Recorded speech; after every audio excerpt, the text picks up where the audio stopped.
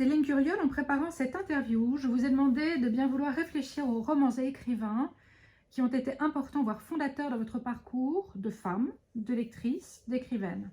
C'est à vous. Quel est votre panthéon littéraire? Alors, en réfléchissant à votre question, Nathalie, je me suis rendu compte qu'il y avait beaucoup d'auteurs dans mon panthéon littéraire, donc je n'allais pas parler de tous parce que, évidemment, une vie de lectrice, euh, ça dure longtemps et que finalement, selon les époques, il y avait des livres qui avaient, enfin voilà, il y avait des sortes de périodes, on va dire, je pourrais diviser. Euh, mais effectivement, ça m'a fait penser aussi au fait que quand on lit des livres entre 15 ans et 25 ans, ils ont un retentissement extraordinaire. Et que je regrettais, non pas qu'il n'y a pas, j'ai pas des enthousiasmes aujourd'hui à plus de 45 ans, mais je me disais, oh là là, c'est dingue, nostalgie pour la lectrice de 15 ou 20 ans que j'étais. Voilà, ça m'a fait penser à ça. Donc, je vais essayer de mettre un peu d'ordre dans tout ce souk et de vous parler, de commencer peut-être par les débuts, enfin de faire une espèce d'ordre chronologique, si j'y arrive, en commençant par Henry Miller. Alors, Henry Miller, c'est un écrivain donc américain du XXe siècle. Je n'ai pas ses dates de naissance et de mort en tête, mais je suis sûre que Wikipédia le fait très bien. On n'est pas là pour Wikipédia. Moi, je suis là pour Céline Curiol. Alors, moi, j'ai beaucoup de mal à retenir les dates d'anniversaire et les dates de naissance des écrivains que j'aime, ou de mort d'ailleurs. Mais bon, on sait qu'il est au XXe siècle, qu'il est américain, qui vient en France à un moment donné, juste après la Deuxième Guerre mondiale, parce qu'il n'en peut plus des États-Unis et de ce qu'il perçoit comme une atmosphère très étouffante pour écrire. Voilà. Donc moi, j'ai à l'époque, je pense que j'ai 15 ans, 14-15 ans, et ma mère a une bibliothèque. Et un jour, comme ça, je me décide à ouvrir la bibliothèque et je sors un livre, Henry Miller. Et ça s'appelle Sexus. Alors, je ne vous dis pas, à 15 ans, quand vous sortez un livre qui s'appelle Sexus, vous n'avez qu'une envie, c'est l'ouvrir et le lire. Et donc, je commence à lire Henry Miller et je suis complètement... je n'en crois pas mes oreilles ou mes yeux, je ne sais pas.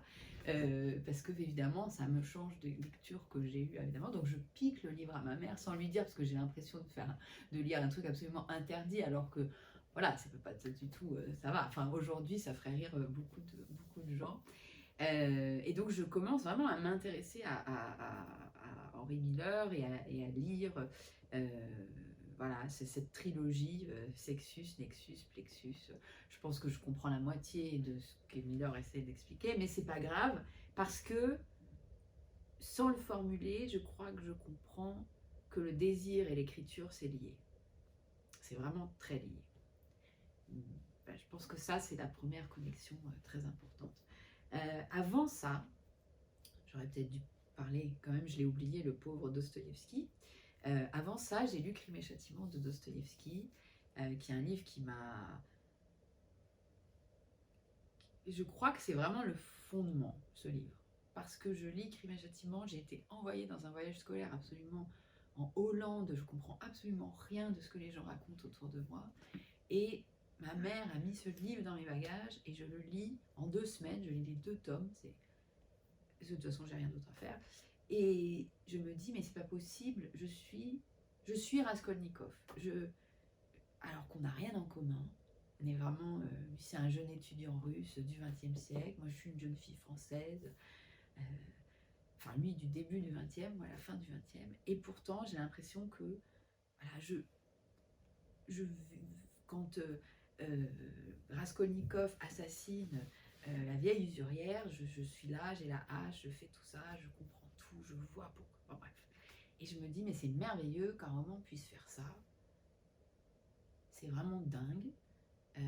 Et je crois que c'est vraiment là où commence vraiment la passion pour la littérature. Même si je vous le formule a posteriori, mais je crois que c'est là. Bref. Alors ensuite, on avance un petit peu quand même. Hein.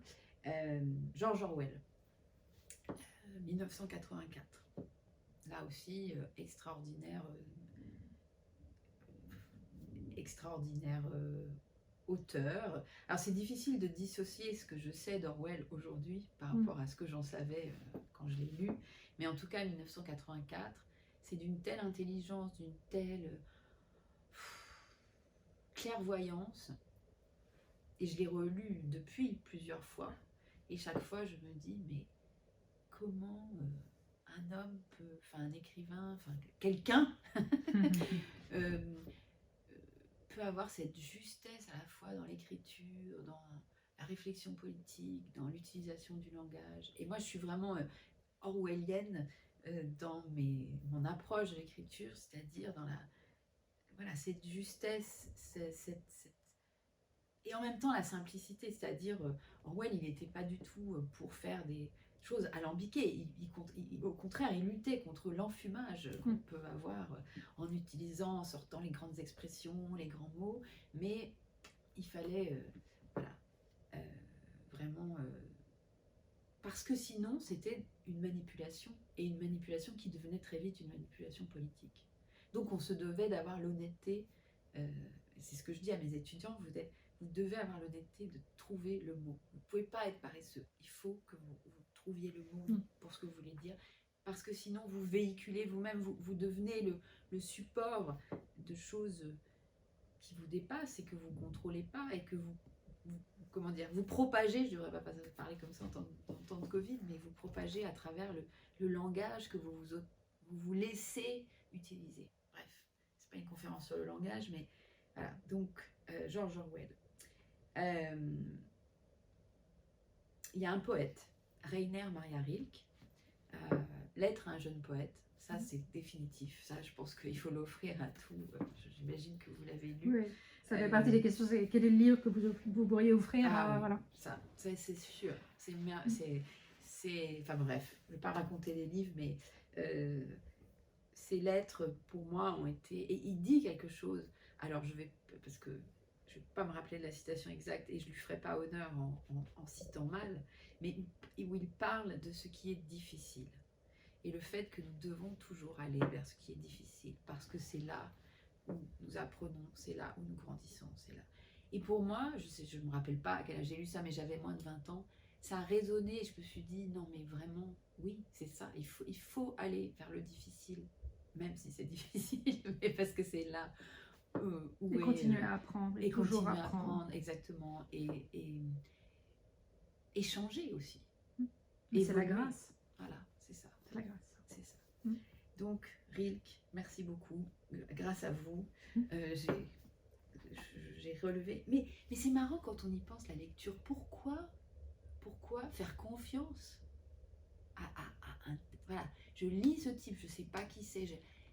Et je me dis, non mais il a raison, c'est ça que je vais faire. La confiance, c'est parce que ça résonne très fort en vous ou en nous. C'est la résonance que ça a par rapport à nous. C'est ça. Mais c'est étonnant, à travers le temps, à travers la distance, à travers comme ça, il y a une espèce de message qui est passé. Mais parce que je pense, j'écoutais, pardon, je digresse complètement. Tant mieux. J'écoutais un merveilleux À voix nue sur France Culture de Jérôme Lindon, donc qui était l'éditeur des éditions de Nuit, merveilleux, et justement qui parlait parce qu'on me posait la question, comment vous choisissez les auteurs que vous publiez et il parlait de la vérité qu'on entend dans un texte.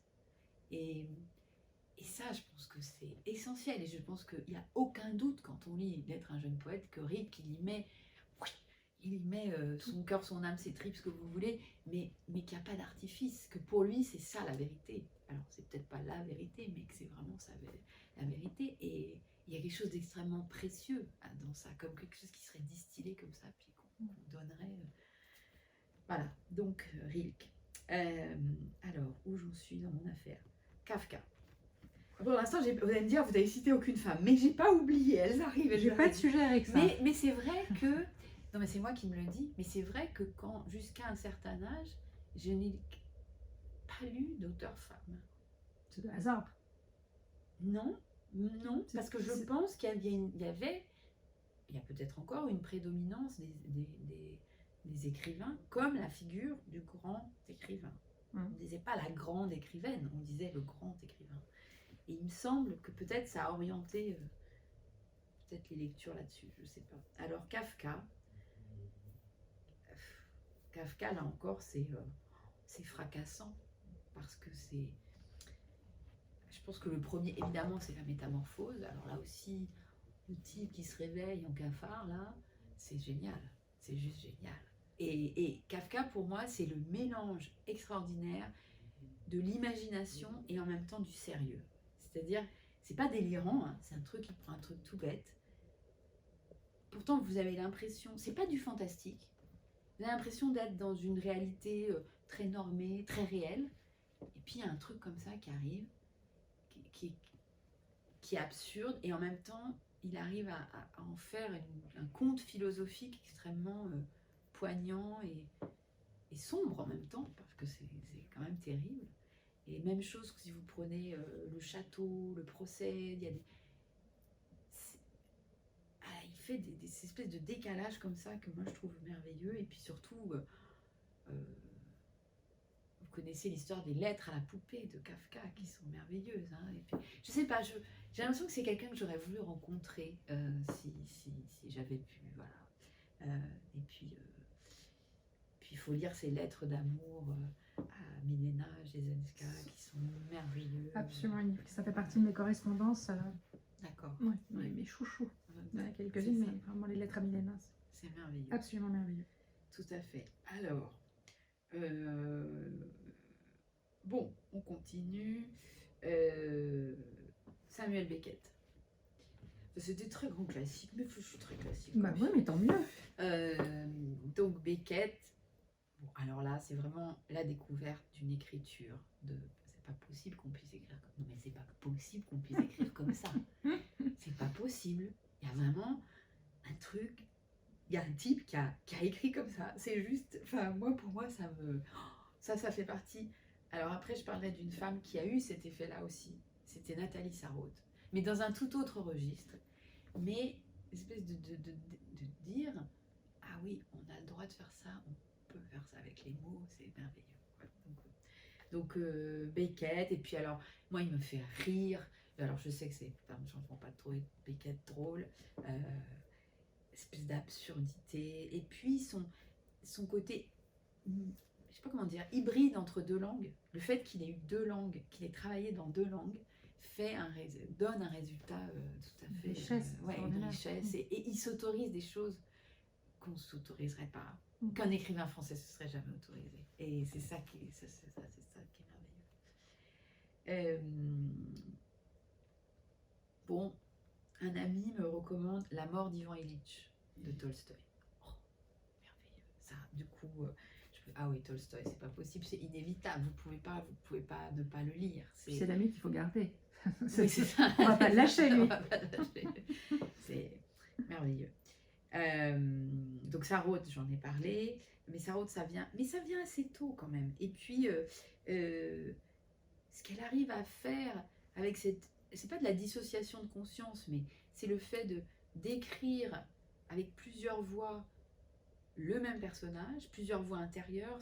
C'est dans Tropisme, ces voix intérieures qui se disputent, mais enfin voilà, ça pour moi c'est très nouveau, parce que j'ai pas lu avant ça de romans dans lesquels un narrateur, une narratrice en l'occurrence, a plusieurs jeux.